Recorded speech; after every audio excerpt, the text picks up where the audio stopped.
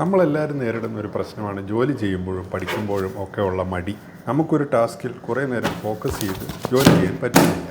എന്ത് ക്രിയേറ്റീവായ കാര്യം ചെയ്യണമെങ്കിലും കുറേ നേരത്തേക്ക് നല്ല ഫോക്കസ് വേണം.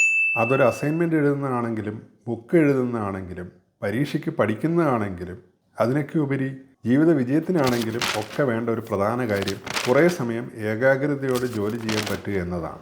അതിന് നമ്മെ സഹായിക്കുന്ന ഒരു ടെക്നിക്കാണ് പൊമഡോറോ ടെക്നിക്ക്. ഫ്രാൻസിസ്കോ ചിറില്ലോ എന്ന ഒരണ്ണൻ 1980കളിൽ ഡെവലപ്പ് ചെയ്ത ടെക്നിക്കാണിത്. കുറേ സമയമെടുക്കുന്ന ഒരു ടാസ്കിനെ ചെറിയ ടാസ്കുകളാക്കി മാറ്റി അതിൻ്റെ ഇടയിൽ റെസ്റ്റ് എടുക്കാൻ ഇടവേളകളും ആഡ് ചെയ്യുന്ന ഒരു മെത്തേഡാണിത്. നമുക്കതിൻ്റെ ഒരു ഉദാഹരണം നോക്കാം. നമ്മൾ ഒരു ദിവസം പരീക്ഷയ്ക്ക് 6 മണിക്കൂർ പഠിക്കാൻ തീരുമാനിച്ചു. അതിനായി പൊമഡോറോ ടെക്നിക്ക് എങ്ങനെ ഉപയോഗിക്കാം എന്ന് നോക്കാം. ആദ്യം 1 മണിക്കൂർ പഠിക്കുക. പഠിക്കുന്ന സമയത്ത് പൂർണ്ണ ഏകാഗ്രത വേണം. മൊബൈലോ ചാറ്റോ ഒന്നും പാടില്ല. അത് കഴിഞ്ഞ് ഒരു 15 മിനിറ്റ് ബ്രേക്ക് എടുക്കുക. അപ്പോൾ വേറെ ചെറിയ കുറച്ച് കാര്യങ്ങളൊക്കെ ചെയ്യാം. എന്നിട്ട് വീണ്ടും 1 മണിക്കൂർ പഠിക്കുക. വീണ്ടും 15 മിനിറ്റ് ബ്രേക്ക് എടുക്കുക. ഒരു 3 മണിക്കൂർ പഠനം കഴിയുമ്പോൾ വേണമെങ്കിൽ അരമണിക്കൂറോ 1 മണിക്കൂറോ ഇടവേള നമുക്ക് എടുക്കാം. ഈ ടെക്നിക്ക് ഫോക്കസ് വർദ്ധിപ്പിക്കുകയും മോട്ടിവേഷൻ ബൂസ്റ്റ് ചെയ്യുകയും ചെയ്യും. നമ്മളെ മടിയിൽ നിന്ന് മോചിപ്പിക്കാൻ കഴിവുള്ള ഈ ടെക്നിക്ക് സമയത്തെ നമ്മുടെ പിടിയിലാക്കുന്നു. ഫോക്കസ് ടൈമിന് ശേഷം ബ്രേക്ക് ഉള്ളതുകൊണ്ട് ആ സമയം നമ്മൾ റീചാർജുമാവും. ഈ ടെക്നിക്ക് ഉപയോഗിക്കാൻ ഒരു മൊബൈൽ മതി.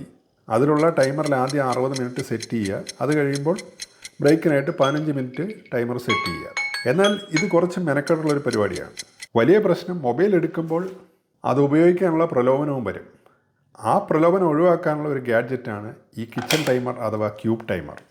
ഇതിൽ 2 AAA ബാറ്ററി ഇടുക. ഇതിൻ്റെ സ്വിച്ച് എന്നിട്ട് ഓൺ ചെയ്യുക. അപ്പോൾ ഡിസ്പ്ലേ 0 കാണിക്കും. ഇതിപ്പം റെഡിയാണ്. ഇതിലെങ്ങനെ പൊമഡോറോ ടെക്നിക്ക് ഉപയോഗിക്കാം എന്ന് നമുക്ക് നോക്കാം. നമ്മൾ 1 മണിക്കൂറാണ് ഫോക്കസ് ചെയ്യാൻ ഉദ്ദേശിക്കുന്നതെങ്കിൽ 60 മിനിറ്റ് മുകളിൽ വരത്തക്ക വിധം ഇത് മേശയിൽ വയ്ക്കുക.